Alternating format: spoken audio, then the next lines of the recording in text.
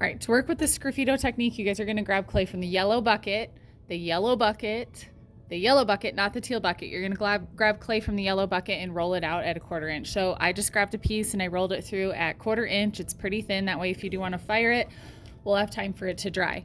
So you roll it out. You can choose whether you wanna go with a natural shape or whether you guys wanna cut out a shape. That's up to you. And then once you decide that, you're going to get the colored slip that'll be over by my desk. There's only one container of this. And it is colored with a black mason stain pigment. So it's our regular slip.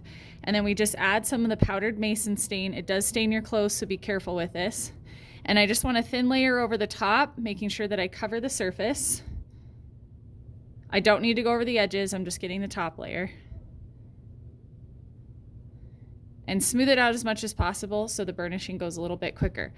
At this point, I'm ready to burnish, but I can't do that because this is still wet. When I touch the surface, it's gonna transfer. So you guys can put it on the heater vent for 5 minutes, or you can take the blow dryer to it. If you want it relatively leather hard so you can start burnishing. So I'm gonna focus in on this video a little bit. You can see that this side is burnished, but this part is not. It's not shiny. I just left one section. So you guys will take the spoon and polish that top surface, putting pressure on it.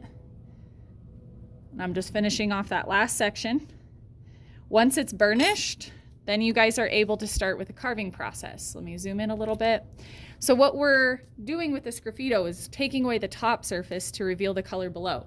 Even though right now there's not a huge difference between this gray and black, when it's fired, it's gonna be white and black. So whatever design you guys choose to do, I might just do radial design for this video. I wanna remove enough clay to expose the color underneath. And I know it's kind of hard to see on this video, so I have a different color underneath. I can carve thin lines as long as I'm taking away the surface. Okay, in other videos, I've seen other people use pencils to do this, and really it's just anything that's going to remove that layer of clay. Now, the little pieces that I have sticking off, I can blow dry it, I can brush them off, but I cannot take a sponge or a wet paintbrush to this because that slip will end up dissolving. So I might need to clean up. Everything I do right now is gonna need to be dry. Okay, so no moisture. We can't apply anything like that. So I want to get rid of all these little clay crusties to clean up my lines. You can also take away entire spaces using the ribbon tool. So I'm gonna push it over here. So if I wanted to remove a large section, all I have to do is scrape just deep enough for that gray to show through. I don't need to gouge all the way through the entire piece. I can create an outline first.